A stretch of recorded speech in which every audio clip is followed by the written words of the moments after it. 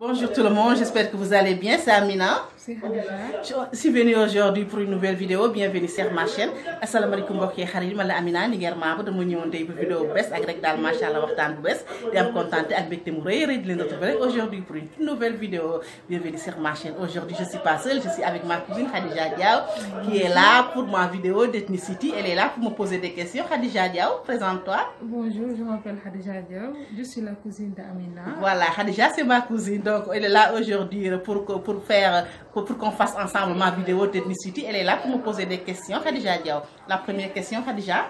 La première question, c'est quelle est ta nationalité, Amina? Bon, d'abord je me présente, je m'appelle Amina Diou. Bon, Amina Linguère Mabo, c'est le nom de ma chaîne. Donc voilà, Amina Linguère Mabo, c'est le nom de ma chaîne. Je suis de nationalité sénégalaise. Amina, quelles sont tes origines? Je suis originaire du Jolof, de Dara Jolof, donc je suis Jolof. Voilà, je suis Jolof. Vous êtes Jolof. De quelle ethnie précisément? Je suis Wolof, mais je pense que mes origines, mes arrière-grands-parents sont de Fouta. Voilà, parce que bon, il n'y a pas de Wolof pur comme on dit, donc j'ai des traits alpolars, donc je sais que peut-être ma quatrième génération, ça doit vient de Fouta, voilà, mais mon père est Jolof, il est né à Jolof, son grand-père et son arrière-grand-père aussi est né à Jolof. Je suis le petit-fils de Samba Kumba Kala de Djoum, voilà, donc je suis vrai Jolof. Amina, quel est ton plat préféré? Bon, mes plats préférés sénégalaises, j'aime beaucoup le soupou kanja. Le soupou kanja, j'adore le soupou kanja. C'est un plat sénégalais en base de gombo et d'huile rouge. Donc j'adore le soupou kanja. J'aime beaucoup aussi le poulet yassa, voilà, qui est aussi du riz blanc avec de la sauce oignon et poulet. J'aime beaucoup aussi ce plat-là. J'adore aussi le tiéré, voilà, c'est assez traditionnel, c'est la couscous sénégalaise. J'aime beaucoup aussi le dakhine. Le dakhine aussi c'est un plat sénégalais très bon. Voilà, on le fait avec la pâte d'arachide. Mina, quel est le pays le plus aimé, ton pays préféré à part le Sénégal? Mon pays préféré en Afrique ou dans le monde? Dans le monde. Dans le monde, mon pays préféré, bon, mes pays préférés peut-être, bon, j'ai toujours rêvé d'aller en France, à Paris, surtout quand j'étais plus jeune. Bon, maintenant même ça va un peu, mais quand j'étais jeune, j'ai toujours voulu aller en France, en Europe. Bon, jusqu'à présent, bon, si j'ai l'opportunité, j'aimerais beaucoup aller en Europe. Bon, j'aimerais beaucoup aller visiter aussi le Maghreb, comme le Maroc, ou bien l'Algérie, ou bien la Tunisie. Bon, voilà, j'aime beaucoup aussi, j'aimerais aussi beaucoup aller, peut-être aller en Arabie Saoudite ou autre. Mais bon, mon pays préféré, bon, peut-être que c'est Paris. J'aimerais beaucoup aussi aller visiter les États-Unis, pourquoi pas. Et Dubaï, par exemple. Bon, mais en Afrique, bon, c'est Abidjan, mon deuxième pays, parce que j'ai grandi là-bas. J'ai fait la Côte d'Ivoire, j'ai grandi là-bas. J'ai fait une quinzaine d'années en Côte d'Ivoire. Donc, j'aime beaucoup la Côte d'Ivoire. Je suis ivoirienne. Bon, petit ben côté d'Al, voilà, parce qu'il y a trop. J'ai fait plus de 15. Mina, qu'est-ce qui te plaît le plus dans ton pays? Bon, dans mon pays, j'aime beaucoup la culture de mon pays. J'aime beaucoup le sabar, par exemple, le mbalar. J'aime beaucoup notre manière de s'habiller. J'aime beaucoup parce que moi, je suis très africaine, donc j'aime l'africanité. Donc, par exemple, donc j'aime beaucoup tout ce qui touche à l'Afrique, tout ce qui est exotique, vraiment. Donc, j'aime notre manière de s'habiller. En tout cas, tout ce qui est sénégalais, quoi, voilà. Et qu'est-ce que tu comptes faire pour ta culture? Pour mon pays. Pour ton pays, oui. Voilà, ce que j'aimerais faire pour mon pays, d'abord, bon, je suis quand même une femme très ambitieuse. J'ai toujours été ambitieuse, donc voilà. Bon, j'ai toujours rêvé de faire l'audiovisuel. Ça fait quand même plus d'une vingtaine d'années depuis que je suis revenue au Sénégal, parce que j'ai pas grandi ici, j'ai grandi en Côte d'Ivoire à Abidjan. Donc, mais je suis revenue il y a plus de 10 ans. Donc, mais j'ai toujours rêvé de faire l'audiovisuel. Donc, mais j'ai pas eu encore l'opportunité de le faire. Actuellement, bon, j'ai rêvé aussi d'être une grande animatrice, donc, mais maintenant, mais je ne le suis pas encore parce que j'ai pas l'opportunité. Mais actuellement, j'ai ma chaîne, cette chaîne-là, Amina Linguère Mabo, j'ai ma chaîne YouTube. Donc, et vous voyez ce que je fais mes vidéos sur des thèmes de société et d'autres thèmes. donc qu'on me propose. Donc, bon, peut-être un jour, quand j'aurai l'opportunité, je pourrais faire, par exemple, la télévision. Bon, si je ne le fais pas aussi, bon, c'est pas bien grave parce que tout le monde sait que YouTube, c'est la télévision du futur. Amina, qu'est-ce qui te plaît le plus chez toi? Chez moi, Oui. dans mon pays. Donc, mon pays, par exemple, j'aime beaucoup, par exemple, l'hospitalité de mon pays. Par exemple, j'aime beaucoup, par exemple, la teranga sénégalaise, par exemple. On sait que nous, Sénégal, dañoo mën a teral gan. Donc, bon, dañoo mën a teral gan, beaucoup ñëw dañ lay teral, machallah. Tout le monde, ñëpp a bokk ndey, ñëpp a bokk baay, ñëpp benn lañ. Donc, j'aime beaucoup ça chez moi. Donc, la teranga sénégalaise, j'adore. Parce que moi, d'abord, je suis une personne très sociable. Donc, on sait que le teranga, il faut être sociable aussi pour faire des terangas. Amina, quelle est votre série préférée?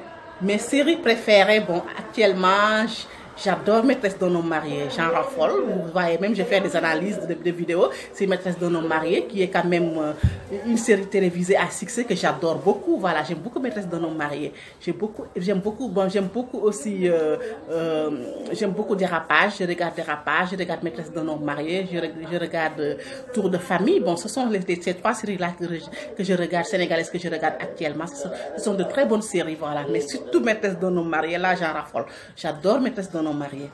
Mais pourquoi Maîtresse d'un homme est votre série préférée? Qu'est-ce qui te plaît de plus chez Maîtresse? Bon, Maîtresse d'un homme marié, j'adore cette série parce que cette série, bon, madame, dañu osé loo xamanteni ni ñu bari osé wuñu ko. Là, je vais parler wolof. Dañu osé ñu bari osé wul parce que avant au Sénégal, la plupart des séries sénégalaises, des théâtres et autres, bon, dañu tab woon trop seen ay thèmes, dañu tab woon trop, bon, daañu woon génn réellement réalité sénégalaise. Daawuñu génn réalité dafa bëri yu bëri yu ñu doon nëppal loo xamante ne dañ on sait très bien que ça se passe au Sénégal, on le fait au Sénégal, mais dañ ko doon nëppal bu ñuy def film duñ ko nëbb dañ koy wane. Alors que au Sénégal, alors que Maîtresse d'un homme marié, c'est pas comme ça. Maîtresse d'un homme marié, on montre réellement ce qui se passe au Sénégal, comment nous vivons réellement, comment nous vivons. Donc on cache rien, il n'y a pas de tabou. Donc c'est pour ça que j'adore Maîtresse d'un homme marié. Et ta musique préférée? Bon, au Sénégal, au Sénégal aussi, j'aime beaucoup tout ce qui est bien. Bon, d'abord, j'aime Youssou Ndour, j'aime beaucoup Youssou Ndour. Voilà, ça, c'est mon chanteur préféré. J'aime beaucoup Youssou Ndour, les morceaux de Youssou Ndour, j'en raffole, j'adore Youssou Ndour. J'écoute beaucoup Youssou Ndour. Mais actuellement, bon, j'écoute Youssou Ndour, mais aussi j'écoute le couple Mabo qui chante très très bien. J'écoute aussi, par exemple, la nouvelle génération, là, comme celle qui a chanté Mbëggeel ni mu neexee. Jayla, j'aime beaucoup Jayla. J'aime beaucoup aussi qui encore Viviane, j'aime beaucoup Viviane, voilà, elle chante très bien Viviane. J'aime beaucoup Kumba Gawlo aussi, j'aime beaucoup Kumba Gawlo. Voilà, en Afrique aussi, bon, j'aime. Êtes-vous pour ou contre la polygamie? Je suis pour la polygamie. Là, moi, je suis pour la polygamie parce que je sais que la polygamie, c'est un commandement de Dieu d'abord. Et puis, je sais que polygamie, c'est une grande opportunité pour le couple, pour un couple, pour l'homme comme pour la femme. Opportunité la boobu mag a mag pour góor ak pour jigéen parce que polygamie vraiment maanaam avantage la maanaam couple polygamie ñoo gën a am avantage pour couple boo xamante ne du pour couple polygamie parce que bu fekkente ne ku góor ki la bu moom mu nekk polygame moo gën parce que bu demee ba retraite tout ça dafa soxla ku koy toppatoo leneen ak leneen dafa soxla ku koy toppatoo bu fekkente ne tam ku jigéen ki la aussi bon ku jigéen li muy jëriñ jëkkëram dafa bëri. Je l'ai dit dans ma vidéo là-bas pour sama vidéo bi ma def ci polygame, je lui ai dit là-bas que franchement que ne kon jigéen soxla na ay jours yoo xamante ne dafa war a noppalu keneen aaye mu mën a noppalu mën a récupérer mën a préparer waat ayam ba nga xamante ne bu jëkkëram ñëwaatee ci moom mu mën ko toppatoo bu baax. Donc polygamie dafa bëri ay opportunités. Donc c'est pour ça que j'adore la polygamie, c'est pour ça que je suis pour la polygamie parce que je sais que c'est beaucoup plus une opportunité vraiment. Tax yàlla moom lu mu def rek xam na ko bu fekkente ne yàlla dafa santaane polygamie xam na lu tax mu santaane ko parce que boo médité xool ba ci biir polygamie est mieux. Mais Amina, maintenant on constate que maintenant tu mets les voiles. Amina a complètement changé de look. Pourquoi? Bon, par exemple, comme je suis voilée, voilà, je suis voilée parce que bon, j'ai déjà expliqué pourquoi je suis voilée dans une vidéo. Ici sur YouTube, je suis voilée parce que je sais que c'est Dieu quand même qui a, on dit que c'est pas même une recommandation, c'est une obligation, donc c'est Dieu qui a demandé aux femmes d'être voilées. Donc avant, je mettais le foulard. Donc après, bon, je suis voilée, j'ai tout expliqué dans une vidéo sur YouTube.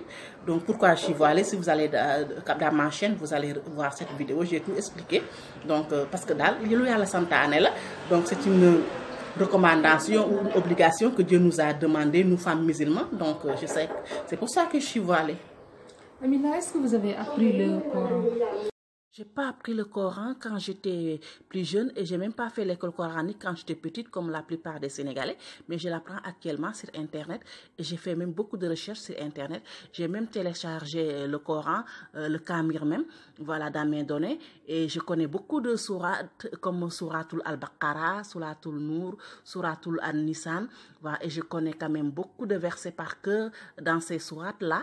Donc dama ci def daal ay gëstu yu bëree comme mu mel ni tax dama ko jàng. J'ai même téléchargé par exemple le Kamir, voilà, dans mes données et tout. Donc franchement, donc maa ngi sant Yàlla daal am na daal lu ma ci xam.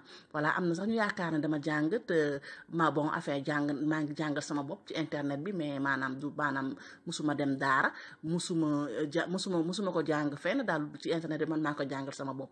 Mais le Coran traduit en français, pas le Coran écrit mais le Coran traduit en français. Les sourates du Coran, j'aime beaucoup Al-Baqarah.